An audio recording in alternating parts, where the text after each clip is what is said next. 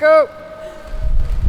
Roller derby is roller derby, and that when you say that, it automatically means women's roller derby. It started as a women's sport and it stayed a women's sport, so it was designed for us in a way that nothing else has been before. Women's volleyball and women's soccer and women's hockey, it's not like that. It's derby and men's derby. 5-1-5, Aqualung. Number 1-8-1-2, Nerdy Birdie. Number 3, Drunky Brewster. Number 6-2 is Andy Warhol. Everyone in Derby has a split personality disorder. I swear to God, you can take my word for it. I'm one of the first competitive level skating grandmothers. They can look however they want to look and be whoever they want to be and know that they're part of the team, and that's all that really matters is, are you here to play derby? Yes, all right, let's go. If you thought about the risk, you probably wouldn't play. People come for the game and stay for the community. Sports Uncorrupted. Episode 7. I feel like this is absolutely, positively the most female empowering sport out there. Roller derby. That's Trialed by Fury. She's our lawyer. Let's see who else. That's Jagged Little Kill. Drunky Brewster. Roberta Bombadar. Aqualung. She's into scuba diving. Leeway. Used to be Leeway Reckham. Now she just goes by Leeway. You've heard of it, yes? The roller derby. It's a good way to make a living, especially for a girl. $75 or $100 a week, or more if you score points. You don't quit when you get banged around. You don't quit because you're scared or hurt. No, sir. You get up and you start going around again. This aggressive, body-crunching track sport of women rolling on four-wheeled skates is back. Has been for a while now. The sloped tracks and costumes of yesteryear are gone. The nicknames and competitive spirit remain. Derby, as it's called, is a worthy sport option for women of all shapes, sizes, and name choices. I want you to work on 180 transitions, both all the way around, back and forth. We're really trying to control our turn. Here's why. Let's call this Derby Dangerous. Our roots are still there. We're still skating around a track. But there's a lot of big changes. Rules were put into place as to what was considered legal hitting. You can't hit people with your fists at all. That's automatically illegal. You can't hit people in the head. You can't kick people's feet out from under them. Really, it's body checking in one form or another. Now, there's some fancy body checking going on, but it's that core part of the body that you're using to try to move people around the track. Athleticism plays a much bigger role now than maybe the fancy dress. There's still girls out there who dress up, and some of the best players in the world will still paint their faces, old school, but not everybody feels the need to do that. You'll see here tonight almost all these women are just in regular athletic wear, and that's what they'll wear on game night too, with maybe a little bit of extra eyeliner on just for show. My derby name is Andy Warhol. I play for both the Sirens and Slaughter Daughters. My real first name is Adrian, but honestly, nobody here calls me that. They all call me Andy. There's a good chance if you said Adrian, you'd get a little bit of a blank look at first. Flat track derby is played on an oval track with 10 players on the track at a time, 5 from each team. Each team fields 1 jammer and 4 blockers at a time. The jammer is the point scorer, and they score points by lapping the players from the other team. The 60-minute game is broken up into 2-minute jams, they're called. At the beginning of one of those 2-minute jams, the jammer will start behind the blockers and try to get through them. Both jammers will be trying to get through both groups of blockers. Once they get through the pack, as it's called, of blockers, then they will lap them and start trying to score points by continuing to lap them. This goes on for up to 2 minutes. And the points are kept track of by one of those 7 refs, and then it gets called off, and we reset and start all over again. So the whole 60 minutes is broken up into 2-minute jams. Of those 2 jammers trying to get through the pack, whoever gets through first is called the lead jammer, and they sort of control the timing of the game because they can decide when to call that jam off up to those 2 minutes. So they can end it early. If they have a points advantage, they could say, you know what, I want to stop here and reset. So the person who gets out of the pack first has control over the jam and can then start playing some strategy. you very much have to be paying attention all the time when you're on the track to know where both the jammers are, so that you know what the point situation is. So you can call it off if you want to, call it off before those 2 minutes come up. Then because it's on a flat track, it's not as fast-paced a sport as it used to be, because on a bank track you have to you have to keep moving quickly to stay up on that track. And there's a lot more strategy involved, but that's part of what makes it kind of cool, is it's still constantly evolving as people develop new strategies and get better and better at it. From its beginning as the United Leagues Coalition in 2004, today the Women's Flat Track Derby Association oversees 377 leagues worldwide. They can look however they want to look and be whoever they want to be, and know that they're part of the team, and that's all that really matters. Is, are you here to play derby? Yes, all right, let's go. And it doesn't matter what walk of life you're from. We have lawyers, we have PhDs, we have students, we have a dental assistant here. Her name's Flossed Cause. We have, there's housewives that play the sport. It really is a big cross section of the world. Google roller derby and see just how close this sport is played to you.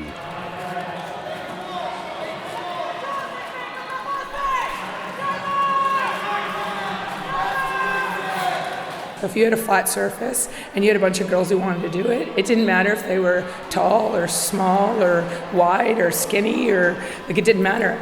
There's a place for every body type. There's a place for every skill set. The beautiful thing about a roller derby team is that each individual player brings something completely unique to the track. So what I excel in, my teammates don't necessarily excel in. What they excel in, I definitely don't excel in. And we're like a little jigsaw puzzle that once it's put together on the track, you have a whole bunch of awesome happening. And whether it's awesome by winning games or just awesome because you feel good about who you are, you feel really strong, you're empowered, and there's something about opening yourself up and being consensual about being hit. There's something very empowering about that. I don't think men necessarily understand that, because usually it's not consensual when women are hit. And there's something very empowering about saying, no, I'm going to get hit and I expect it, and then I'm going to hit back.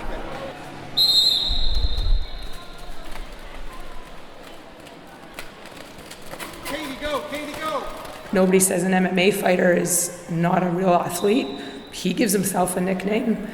Most hockey players end up with nicknames. Sometimes they give them to themselves, sometimes their buddies give them to them. So, nobody's less an athlete, whether they use their real name or something silly and fun and quirky. I don't understand why that makes us less athletic. So a lot of skaters, you'll notice a lot of skaters skating under last names, because a lot of people have stepped away from it. Keeping my derby name has been my subversive response to it. Just saying, no, look, you know what? I am keeping my derby name. I love my derby name. It's a little bit of me on myself, just like my tattoos are. And it says a lot about who I am. Anyone who knows me knows why my name is Sister Disaster, and or Sis Dis for short. And I'm not going to give that up. That's part of who I am, and it's part of what helps me pull my game face on when it's time to take the track. The Vixens play Boston in a couple of weeks, and that's a big deal. And so I need that as part of my armor, and I don't think anyone has a right to take that away from me by calling me less athletic or less serious, because that is part of my armor. And that will be in 15 seconds, so keep recovering. Ready? Go! Thursday night, June. It's warm outside. Perfect summer. Coach is on the stopwatch and sees to it this wheeled group with bike shorts, hard helmets, and elbow pads stays on task. There aren't many no-shows.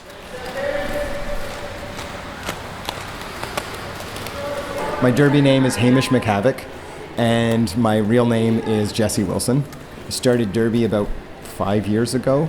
I had an ex-girlfriend who decided to test it out, and so we started going skating a couple times a week so that she could get better, and I was skating with her, so it's like, all right, I got better. And then I started liking it. And we broke up. she went her way and I went my way, and she stopped playing derby, and the rest is history for me. Find a partner and giddy up. Hamish coaches 2 women's teams and plays on a men's derby team. Life is derby right now. I'm self-employed, and I like that because then I can make all the derby practices I want.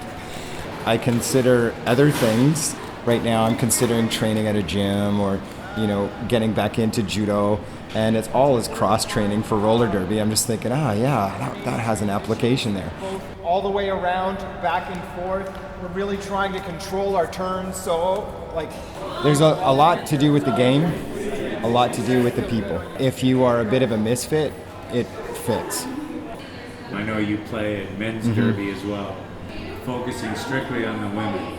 The time you spend coaching them and helping them and talking to them, and what do you get out of this? I'm an analytical type character, so I watch things and I'm critical of them, and then I'm like, I want to actually share it, and you can't do that as from an armchair.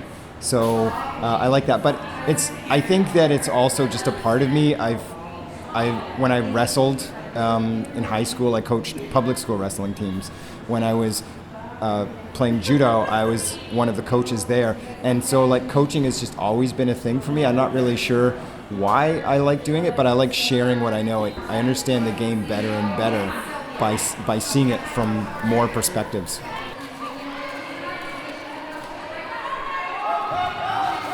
The perspective constantly shifts. Competitors flip between predator and prey, offense and defense. Derby is a lot of lower body strength. And leverage, angles and such. Yeah, very much so, because there's a lot of rules in the contact part of the sport about how you can hit people, right? So you can't, for example, you can't directly hit someone in the middle of the back. It's not safe when you're on wheels, for starters, and that's where a lot of toxic injuries can happen. So you can't hit them directly in the middle of the back, but you can hit them from the sides, kind of on the side of the back. So it's all about figuring out those angles exactly. To see roller derby is to understand that even under a set of evolving rules, nothing replaces getting your hit on. I think this is my 9th season, and this is a good way of getting out a lot of energy. And I'm an aggressive person, so I enjoyed the legal hitting of other players.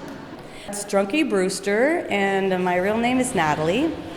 And I play on Prime Sinisters, that's my home team, and I also play on the B team, which is our all-star B team, the Sirens.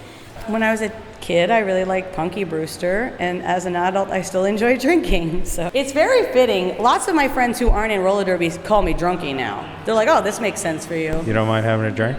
No, I love having a drink. You get hit in a certain way, and then you have to move your feet in order to keep them from underneath you. And so, you basically develop kind of skating and footwork skills without even knowing it, because, I keep on getting hit to the out. Well, I always put my foot out that way and catch myself. So, or you fall, and that's not a big deal. In this sport, there is plenty of room for new players in a program widely known as Fresh Meat. We're going to teach people how to skate from scratch, and we have this whole program where people are not integrated into the regular practices until they're ready and comfortable and they have passed a certain minimum skills test. So if people are kind of initially shy about being part of this super kind of aggressive sport, it looks aggressive, the truth is we have tons of women in the league who are shy. They're not everybody's an alpha female at all, and you kind of come up with the women in the new skater program, which is called Fresh Meat, and they get to learn the skills together, and then they kind of continue that friendship, and you can see who was graduated of what year kind of thing, they're still kind of hang out together in the group. And I think that's nice. It's nice to have people on your skill level, and obviously people advance at different levels, but it's just nice to have somebody in the league that you know and feel comfortable with. We play hard, we play for keeps for sure. But the nice thing about Derby is when you step off the track, then we're all part of that same community, Derby community again. And the girls from both teams after any game will go out and have the after party together, and they leave all of that aggression on the track, and then off the track they're just really proud of each other. And they'll say things like, wow, that was a really freaking good hit. You hit me like hard, and that was awesome. And so they'll cheer each other on for their successes on the track, even though it's like, yeah, you totally got me there and scored points, but yay on you. So it's kind of neat that way.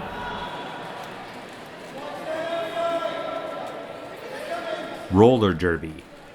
Derby, a sport steeped in history, a sport reborn, a sport of motion, a sport of nicknames, a sport of misfits, a women's sport, an evolving men's sport, a contact sport likely being played somewhere near you.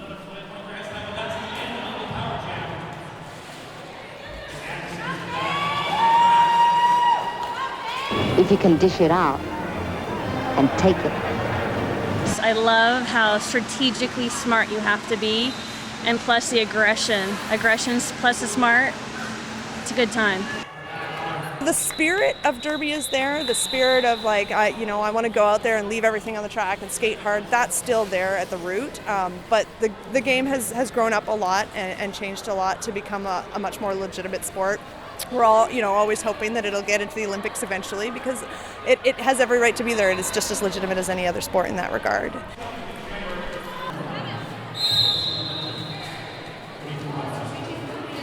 Sports Uncorrupted, Episode 7, Roller Derby. Thank you so much for listening. Let's do this again.